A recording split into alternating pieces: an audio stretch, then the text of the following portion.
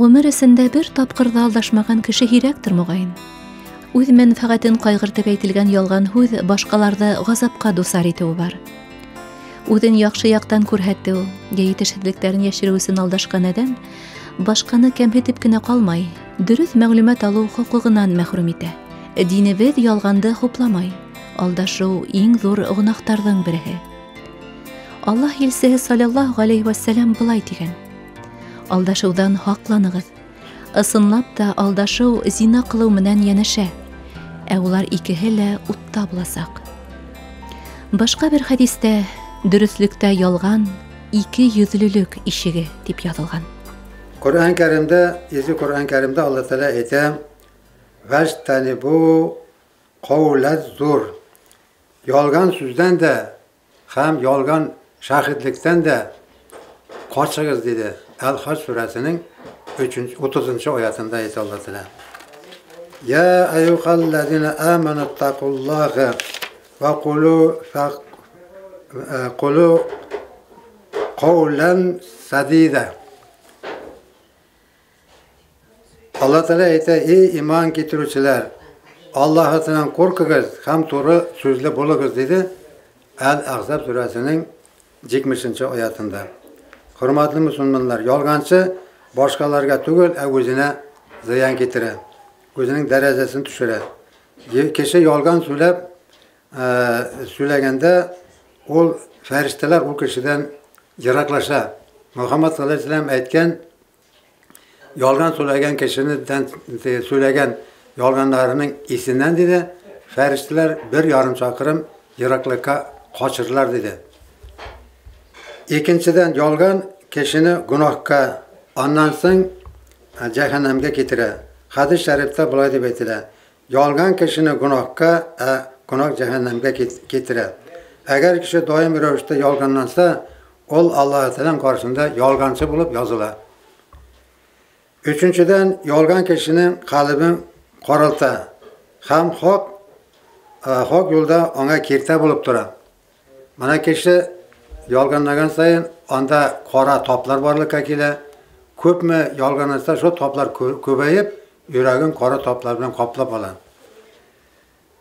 Shunday kishi Allohning qarşısında yolganchi deb yoziladi uning amal daftarida. Safon beni Süleym radhiyallohu anhu degan sahabadan rivoyat etiladi. Allah'ın Resulü sallallahu aleyhi ve sellem'den o soruydu. Ya Resulullah, Müslüman kişi korkak buluğu mümkün mü dedi. Muhammed sallallahu aleyhi ve sellem ayı korkak buluğu mümkün dedi. Müslüman kişi ikinci soru biri. Müslüman kişi soran buluğu mümkün mü dedi. Ayı soran buluğu mümkün dedi. Tağında soruyor. Müslüman kişi yolgancı buluşu mümkün dedi. Ben dedi. Yok dedi. Müslüman kişi de o yolgancı bula almıyor dedi. Bu hadisten görüngençe iman bilen yolgan kalpte birge uğraşa almıyor. İmanlı kişi koy vakit korkak hem soran bulsa da yolgan ona bir de kilişmiyor. Çünkü yolgan Müslüman kişisinin sıfatı tügül. Ayı Müslüman korkak hem soran bulurga tiyiş tügül. Lakin bu sıfatlar yolgan bilen çalıştırganda olay o korkunçta bulup durmuyor. Elbette hak Müslüman şu üç sıfattan da pak bulurga tiyiş. Süyüklü Peygamberimiz sallallahu aleyhi ve sellem aytadi. Siz benim bir koçanda soran, yolgancı hem korkak bulganını görmezsiz degan.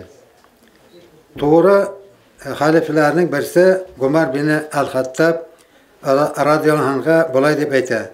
Siz imanlı kişinin yolgancı bulun görmezsiz dedi. İslam dininde koy bir vakitlerde yolgan söylerge de ruhsat etilir.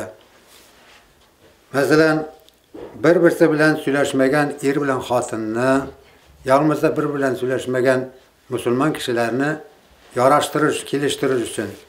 İkinciden düşmanını ciğer için yolgan söyleş mümkün, aldatır için. Hem de üçüncüden kimnin bulsa da canına, malına, dinine, hem namusuna zulüm, hem haksızlık bilen zarar kiygende alardan qutqarır uchun yolg'on so'zlarga bo'ladi. Hamda xasta kishilarga umid ham yashash kuchi berish uchun da yolg'on so'zlarga bo'ladi. Bola tarbiyasida da ona büyük ahamiyat yeterga kerak. Tanrı İslam alimi İmam Şafii rahmallohu bulay deb aytgan. Kishi fikrin bilgirtib so'lar oldindan boshda beknik o'ylab ko'rasin dedi. Annangina uni so'zlarsin dedi. Bo'lmasa dars bitirsin dedi. Tege shunday vaqtlarda dars bitirgan yaxshiroq bilmasang, yolg'on so'lab, o'zingga gunoh solib, boshqalarni da yo'ldan adashtirga mumkin. Shuning uchun to'g'ri haq so'zda bo'lirga kerak. Alloh subhanahu va taolo barchamizga tilimizni yolg'ondan, g'iybatdan ham Allohning ochuvini ketara turgan so'zlardan saqlanib, ko'proq foydali ezgi so'zlarni so'zlarga Alloh taolani har vaqt zikr etib yasharga Alloh taolo bizga o'zi yo'l bersin.